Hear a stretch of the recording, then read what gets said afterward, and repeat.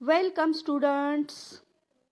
आज आपण शिकणार आहोत इयत्ता 6वी विषय भूगोल. घटक पृथ्वी गोल नकाशा तुलना व क्षेत्र भेट.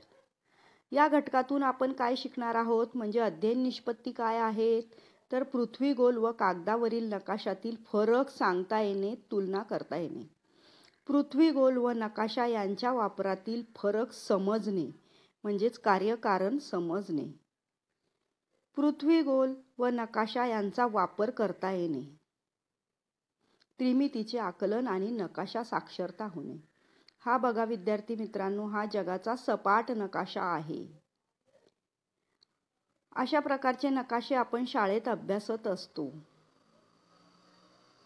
आणि ही आहे पृथ्वीची प्रतिकृती असलेली पृथ्वी गोल.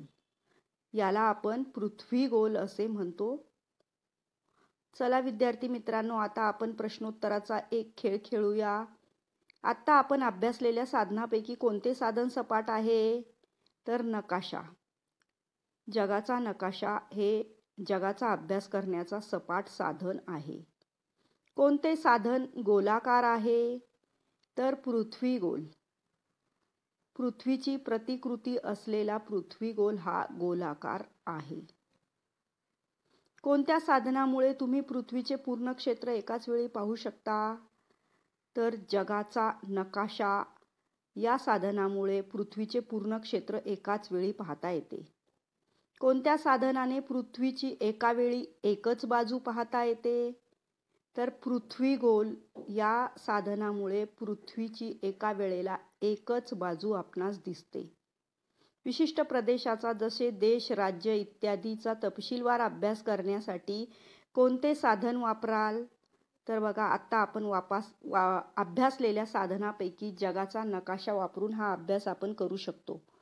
कोणत्या साहित्यास पृथ्वीची प्रतिकृती म्हणता येईल, तर पृथ्वी गोल या साहित्यास पृथ्वीची प्रतिकृती असे आपण म्हणू शकतो. हा बघा विद्यार्थी मित्रांनो, हा जगाचा नकाशा. याच्या निरीक्षणावरून तुमच्या असं लक्षात येईल की हा नकाशा द्विमित आहे. द्विमितीय म्हणजेच रुंदी लांबी अशा दोन मिती असलेला पृष्ठभाग, उदाहरणार्थ कागद, फळा, जमीन इत्यादी. रुंदी आणि लांबी मिळून त्याचे क्षेत्रफळ तयार होते. तर पृथ्वी गोल हा त्रिमित असतो. आता त्रिमित म्हणजे लांबी रुंदी बरोबरच त्याला उंची देखील असते. रुंदी, लांबी आणि उंची अशा तीन मिती असलेला पृष्ठभाग, उदाहरणार्थ डस्टर, डबा, डोंगर, चंद्र इत्यादी. लांबी, रुंदी आणि उंची या तिन्ही गोष्टी मिळून पृथ्वी गोलाचे घनफळ तयार होते. नकाशाच्या साह्याने आपल्या भारत देशाचा देखील अभ्यास करता येतो. तसेच इतर देशांचा देखील नकाशाच्या साह्याने अभ्यास करता येतो. भारतातील इतर प्रांतांचा देखील नकाशाच्या साह्याने आपणास अभ्यास करता येईल. पृथ्वी गोल हा कितीही लहान किंवा मोठा असला तरी संपूर्ण पृथ्वीची ती प्रातिनिधिक प्रतिकृती असते.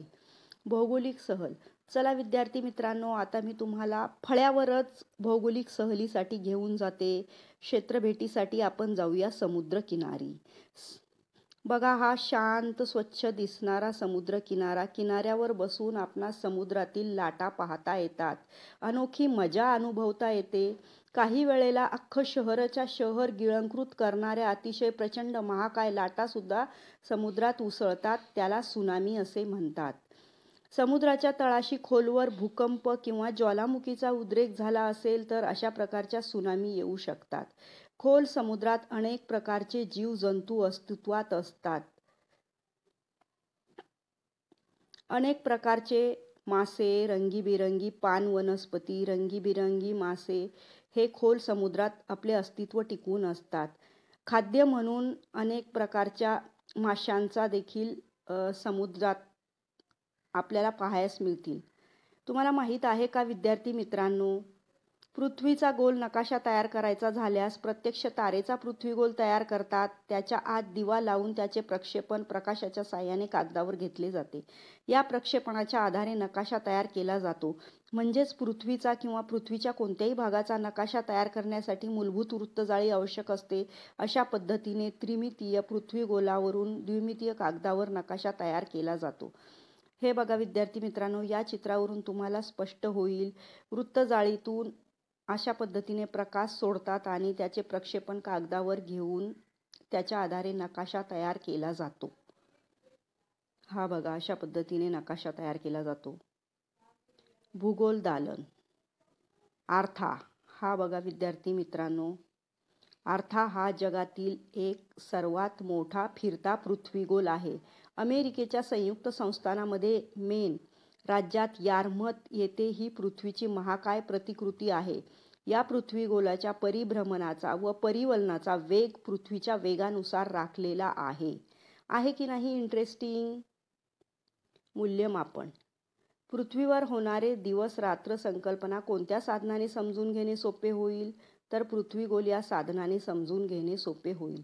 विद्यार्थी मित्रांनो, खालील गृहपाठ तुम्ही करायचा आहे. क्षेत्रभेटीच्या आधारे एक प्रश्नावली तयार करायची आहे. थँक्यू. धन्यवाद विद्यार्थी मित्रांनो. सर्वांनी आपला गृहपाठ पूर्ण करायचा आहे.